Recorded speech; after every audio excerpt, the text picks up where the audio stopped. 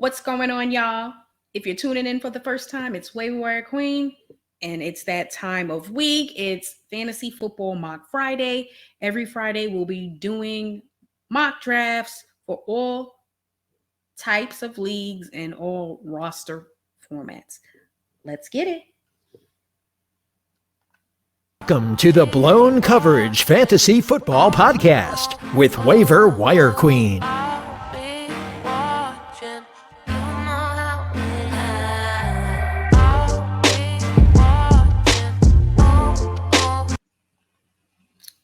Yes, make sure you hit that subscribe button so you can stay connected to the channel, so you're receiving all of the latest information, which is going to help you prepare for your upcoming season so you can stay ahead of your competition and win your league, because the ultimate goal is to win, and that is all we are trying to do, is win out here in these fantasy football streets.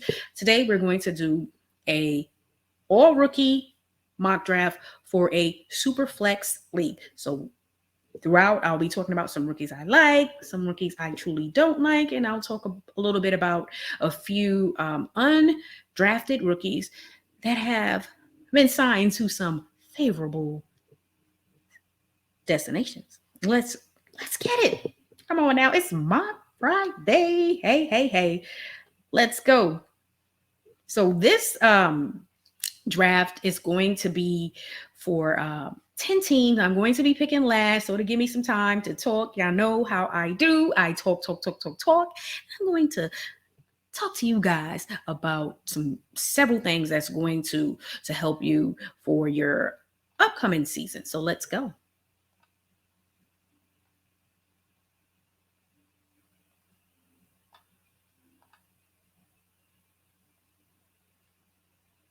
Right, and so obviously in most rookie drafts, Breece Hall will be the first player off the board. He's in almost most situations going to be the first running back off the board. Is Kenneth Walker always going to be that second guy off the board? Not necessarily. However, he'll most likely be the second running back off the board. I do see more wide receivers going ahead of him. London, potentially in some leagues, Chris Olave, also maybe Traylon Burks.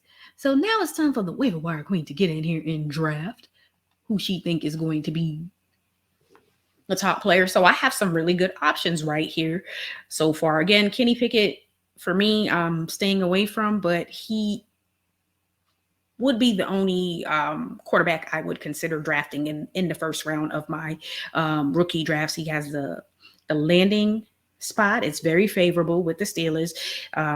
They have a lot of talent and stability. You have Najee Harris, you have Pat, you have Johnson, you have Claypool, you have talent, and they drafted George Pickens. It's another talented wide receiver. And if we don't know much about the Steelers, we know that they know how to pick wide receivers, okay? Now, with Pickett, my only two concerns is he is definitely an older rookie, but, you know, they always say older rookies, he's the most pro-ready. However, when you look at his stats for his college career, last year just took off. But prior to last year, didn't take off as much, was to me average. But again, you know, he got the draft capital, and he is playing for the Steelers, who to me are ready to compete. Now, his coach did come out and say, that's right, Tomlin didn't come out and say that Pickett has the opportunity to be the day one starter. So, you know, it's going to be a battle between Pickett and Mitch. And let's see who's going to win that battle. If Pickett is who the Steelers believe he is, then he's going to be a successful quarterback at the NFL level. And if he is, and you happen to, you know, draft him, then kudos to you. But for me, waiver wire queen, I'm going to go with a guy that I really like, and I've been going with him again. Dotson, that's cool. I'm going to go with potential and long-term success, and I'm going to go all the way down here, and I'm going to snatch up George Pickens. Let's talk about, I'll just throw my top 5 rookie wide receivers. I have Drake London, and then I'm going to say I have I have Traylon Burks, Chris Olave, Wilson, and then Williams. Those are my guys. But let's pick my wide receiver ready. Let's go. Boop. That's perfect spot for Pickens. If I want to be honest with you, if you are looking to draft Dameon Pierce, then you need to prioritize him a little bit earlier. He isn't going to last until 208. So if you're looking to pick him up, you're going to have to do so a little bit earlier. I would say the second quarterback off the board for me would be Ritter. Just my opinion. I do feel like he is going to get an opportunity this year with the Falcons. I just think they're going to want to know what they have in him in a live NFL game against the best players in the world. And they're going to have to know that going into next draft. So I do believe he's going to have the opportunity to get on the field, and Marcus Mariota is on board with helping this young man succeed, unlike Ryan Tannehill. Okay. However, I do believe Malik Willis has landed into a favorable situation. However, just not for this season, because it's going to be one of those seasons where he's just going to have to sit back, observe, and try to learn as much as he can, because they believe they're going to be in the playoffs this year. So they're going to stick with Tannehill. And that's just what it's going to be, y'all. Okay, so let's see who else is on the board. Okay, I have some options here. I got my wide receiver. If I want to be honest, I may go and grab my quarterback. This is not a bad spot to draft Ritter, late second, early third. If you truly are looking for a quarterback, not a bad option right there. I have Pickens over Sky Moore and Watson, just my personal preference. Cook will be a nice PPR running back. Isaiah Spiller to me is going to complement Austin Eckler. I do love where David Bell landed with the Browns. Very, very good landing spot to me, especially if they don't sign Will Fuller. It simply is a very good destination. Even though Brian Robinson, he landed with Washington, I still don't feel like it's a favorable landing spot. You figure you got Gibson, and then they re-signed McKissick, even though they really didn't utilize McKissick much this past season. It's still, to me, it was just like, oh, okay, why? But we'll have to see what they do here. So if I'm on the board right now, 210, my options are Wan'Dale. These are players I'm truly looking at. I'm looking at Wan'Dale, and I'm looking at Alec Pierce, and then I'm looking down at Ritter or Dolchich. Those are the guys that I'm looking at. So say I'm like, I have my wide receiver, so I'm not gonna go wide receiver there. I'm either gonna come down here and get my quarterback or my tight end. Let me take a chance and see if my tight end's gonna be there. And he is the guy that I want. And McBride, obviously, is going to be the first tight end off the board. I figured that, when it got back to me, he wouldn't be there. But yes, McBride is the guy, the top tight end off the board. Just understand that they still got Zach Ertz, and they just signed him to a 3-year deal. So I feel like it's going to be Zach Ertz early on. Hopefully he's able to stay on that field and remain healthy. And now I can just go and grab my tight end. So, and again, Jelani Woods landed to me in a very good destination, because you figure, what are the Colts doing? Okay. Ask yourself, do they believe Mo Ali Cox is their guy? I don't necessarily think they do, because then they wouldn't have went and got Woods, and we know Doyle has retired, and we also know that if they believed in Granson 100%, then they wouldn't have, to me, drafted Woods. So Woods maybe taking their job at some point, maybe not this year, but treat this as a dynasty league. You're not just drafting players for this year, you're drafting for the long-term success for your organization. And with that being said, Come on, Greg Dulcich. Come on over to the waiver wire queen team, y'all. That's what I'm talking about. Yes, exactly. All right, so let's quickly talk about some of these plays. I really like Tolbert. And again, he may have some really good value early on because do we know if Gallup is going to be ready to go at the start of the season or this season at all? We do not know. I really like Tolbert. He's dealing with a hamstring issue right now. Hopefully that doesn't linger throughout the season because you know how hamstring injuries can be. If he is able to get healthy and get past the hamstring and Gallup isn't ready, Tolbert has some great value. An undrafted rookie I really like. I liked him before he signed with the Chiefs. In the league that I run, I picked up Justin Ross before he signed with the Chiefs. And, you know, I got some backlash like, oh, he's always hurt. Then he signed with the Chiefs and everybody was scrambling to pick him up. So if he's available on waivers, you pick him up. If you're going to have a rookie draft, I would say, yes, draft him because let's be clear. The wide receiver position for the Chiefs, to me, is it's unstable. Yes, you have some wide receivers who have played for some other teams. You have Juju, who has been proven, but we know that he hasn't been great as a number one wide receiver. And then you got MVS, who is a deep threat, kind of sort of underwhelmed with the Packers. So when you look at those two guys, they did draft Sky Moore, and then they bring in a top talent in Ross, who, you know, I guess there was allegedly a lot of some injury concerns. Well, they said allegedly he's cleared, so I don't think the Chiefs would have took a chance on him if they didn't feel like he's able to get on the field. This may be a steal for the Chiefs. Okay, a steal. And let's see who else I like. I do like Keontae Ingram a bit with Connor. You know, he is unable to remain healthy. We know that as well. So that is something you have to consider.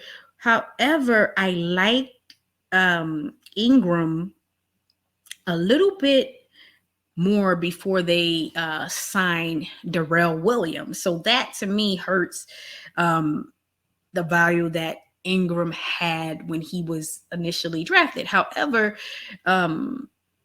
Williams has dealt with some injuries as well, and we're just gonna have to wait and see what happens. I'm hoping that Keontae is still able to be in the mix and get on the field. I simply hope he's able to.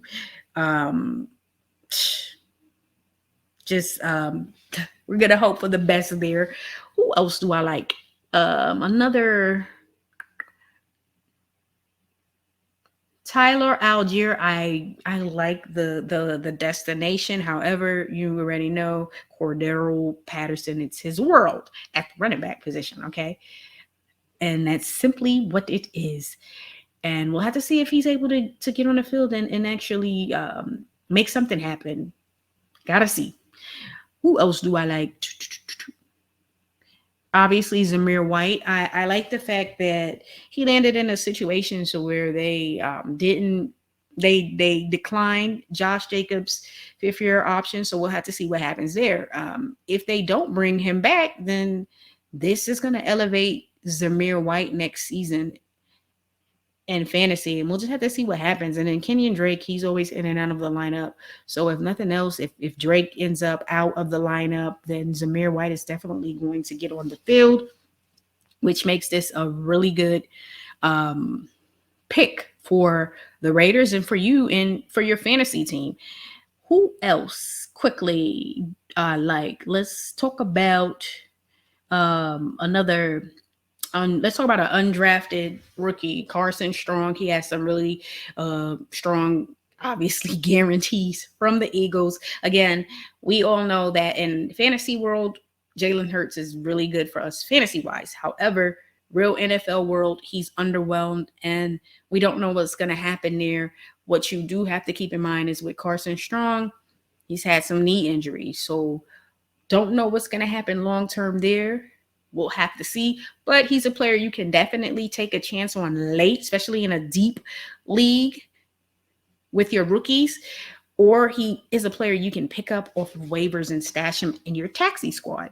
Abram Smith, running back, signed with the Saints. Some strong guarantees there. We know that there are some concerns with Alvin Kamara, so you have to keep that in mind as well. And he may end up getting on the field, especially if Kamara has to miss time due to some legal issues. We know Ingram is in the mix as well. However, if you can pick Smith up or draft him late at the end of your draft, then pick him up. Then draft him or pick him up, whichever option is available to you. Who else do I like? Kennedy Brooks, yes. Zaquandre White, okay, yes. Sign with Miami. I know everyone's going to say, oh, Miami, that backfield is crowded. It is definitely crowded, but it's crowded with running backs who are injury prone and underwhelmed. Gaskin had one season, which was solid. He's a one-hit wonder, didn't do anything this past season, which is why they went out and added 100,000 other running backs to the mix. They have Sony Michel now. They have Edmonds, who, underwhelmed and lost his job to Connor. And we all know Connor, the Steelers moved on from him. And then Mostard is always injured. So there may be an opportunity for Zaquandre at some point. So don't sleep on that undrafted player. That signing maybe a little bit sneaky for you guys. So don't sleep on that. Also, who else is in the mix? I talked about Carson Strong.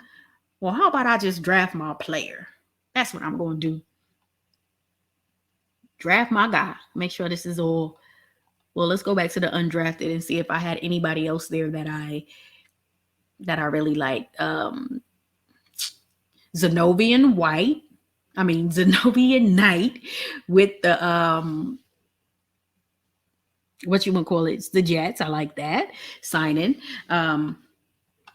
Corbin signed with the Giants, and we know that it's very bare, and we also know that Saquon has dealt with a lot of injuries. Not saying that this young man is about to come and steal Saquon's job, because I don't believe that, but there may be some opportunity for him.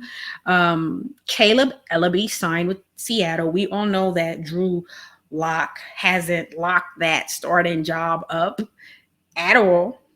He is actually trailing Geno Smith. So what does that tell you? That tells you that if you can pick up Caleb Ellaby late, say you pick him up and just stash him in your taxi squad, just see what happens. They believe in Drew Lock. They've been saying this all ever since they made the trade, and already it's looking like Geno Smith may end up being the starter. That should tell you a lot. And at some point, say Seattle isn't playing well, they aren't winning games, they may want to see what they have in Caleb Ellaby. Not saying he's about to be the next greatest quarterback out there, but they may want to see what they have. And what if he ends up being a steal, an undrafted steal? Don't know, but he's a player I would stash in my taxi squad right now. That's right. Let's go back and draft. Waiver Wire Queen need to draft our players, okay? Got my ADP. Let's see. Ooh. Here we go. So right now we're in the 4th round. I can go with Jeremy Ruckert, who I really like. Velus Jones may end up making some noise at the wide receiver position for Chicago. They have Pringle, not high on him. Obviously, the only wide receiver I really love for Chicago is Darnell Mooney. That is it. And again, we have to see what steps Justin Fields take in his young NFL career. I really hope he takes several steps and ends up being awesome, ends up being great. But right now, based on this past season, the only wide receiver I am checking for is Darnell Mooney. And that is all, guys. That is it. No one else for the Bears. I'm just gonna go with Jeremy Rucker because I like Jeremy Rucker too. Let's see some other players out here that I like. Jerome Ford, I really liked him before the draft, but yeah, his landing spot is very unfavorable. You have a loaded backfield and Chubb, Hunt, and Johnson. We all know that, yes, Chubb and Hunt have dealt with some serious injuries. However, still, he's the fourth guy. He's got a long road ahead of him in order to, get an opportunity. I like Tyler Beatty. I think I said that correct. Because you got to understand that although the Ravens signed Davis, he's underwhelmed at every destination with the exception of Seattle from time to time. J.K. Dobbins and Gus Edwards both may end up starting the season off, on the unable to play, unable to perform. Yes, they may not start the season. So what do you do? Do you think Davis is going to be that answer? Don't truly believe so. They let Williams go. He's landed somewhere else. So definitely got to keep that in mind. Yes, that is something to really to check for. So if you can pick him up late, let's just be real. He's not going to be he's simply not going to be a player that's going to be picked up off of waivers. So if he's a player you're looking for, you definitely can draft him and know that, you got an opportunity with him. He's going to be in the mix, guys. Trust and believe. Now, let me rank my tight ends. Obviously, it's Trey McBride. Then I do have Greg Dulcich, and then I have Jelani Woods because I love the landing spot, and I have Jeremy Rucker, and then I go down and I like Daniel Bellinger. I really like the tight end for the tight ends. Can't really pronounce his name, but I really like his potential. He's very athletic, and the opportunity for him to potentially get on the field if Austin Hooper isn't playing well. Remember, they signed him to a 1-year deal. They drafted this guy for a reason, and he make it in there and light it up. Okay, here we go. I couldn't pronounce his name. Chigozine.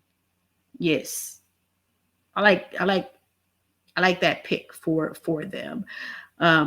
Bailey Zappi, drafted by the Patriots. So, obviously I still believe it's Mac Jones, but hey, in the event that Mac Jones has some injuries, he may slide in there as a young, rookie and see some time on the field. So if nothing else, he's a player you can stash on your taxi squad. I'm under the impression that, hey, they drafted a quarterback not to replace Jones, but you just never know. All right, I'm simply not going to draft another tight end, but I really like, again, Bellinger. I do. I also like Ferguson because who's after Schultz? Who is truly after Schultz is what I ask. And this means to me that he has an opportunity at some point to see some playing time. And again, you figure Gallup's not going to be there. There's opportunity for something. And when there's opportunity, there's a chance. And some people really maximize on their chances, like Dalton Schultz did. So keep that in mind. So what am I going to do here in this draft? I'm not really high on the Miami wide receiver, Eric, because to me, is a lot of mouths to feed. It's Hill, okay, Waddle. All right, those are look at those two wide receivers, and you're like, okay, well, what type of production can he truly have? And then again, I'm not 100% sold on Tua's arm, and then when you throw Gesicki in the mix, it's like, okay, yeah, they have a lot going on out there. Okay, they simply do. And also, you can come down here and look. Phillips, he may get an opportunity for more playing time because of the simple fact that you never know if and when Robert Woods is going to come back this season. So that is something you have to keep in mind. I know a lot of people like Kevin Harris. He may get an opportunity, but they just use too many running backs, and they re-signed White. And then you figure Ramondre had a solid rookie season. And then to me, Damian Harris, when healthy, is their best option at the running back position. But we all know that he's unable to sustain long-term health for an extended period of time throughout a season. So yeah, that's been the biggest knock on him. But again, that's the running back I want out of those running backs on the Patriots. It is my guy. So for the purposes of this draft, I'm just going to go with the player I feel is the best available, and that is going to be, I'm just going to go with, do I want to go with Bellinger? No, I'm not going to go with Bellinger. And I'm not going to come all the way down here and just reach. So pretty much, I'm going to end up going with Bellinger. I think he has some great value for the Giants because let's be real, the Giants tight end situation has been a mess for several seasons now. It's been very, very messy, and he has an opportunity. Not saying he's going to be successful this year because, with rookie tight ends, there's some growing pains. But if you're in a dynasty league, you're not looking at short term. You're looking long-term success, and he has the opportunity. Let's be real. Jordan Atkins and Seals Jones hasn't just been lighting it up at the tight end position thus far in their NFL career. So there's opportunity. And again, when there's opportunity, there's a chance, and we like them chances. Quickly, my top 5 quarterbacks. Kenny Pickett. I'm going to switch my rankings with Ritter and Willis. I'm going to put Ritter, then Willis, then Matt, and then Sam. And the reason why I switch Ritter and Willis is based on the landing spots and the opportunity to get on the field and actually show their talent this year. It's going to be Desmond Ritter. And again, he's a leader of men. He's out there, and he's looking like at some point he's going to end up taking that spot from that starting spot from Marcus Mariota this year. But what I really love is the fact that Marcus Mariota is out here as a professional, stand-up professional, I'll say, and is willing to teach the young quarterback, which is amazing. On the other side, you have Malik Willis. He's going in a situation with Ryan Tannehill, who hasn't pretty much shown that he's willing. So he's more unwilling to kind of guide the rookie. So, that can cause some issues, but nonetheless, it is what it is out here for us in these fantasy football streets. Okay, it simply is. It is, y'all. All right, y'all. So that was my Friday rookie mock draft. Tune in next Friday. We're going to do a major draft. We're going to do the full mock draft. Woo! It's going to be a startup, all players included. Make sure you hit that subscribe button so you can stay connected with the channel, so you can get all of the latest news and information regarding fantasy football to help you prepare for your upcoming season, so you can stay ahead of your competition and win your league, because that is the ultimate goal, is to win. Make sure you hit that like button and leave some comments and let me know some rookie players you are high on and some rookie players you are not checking for. Peace.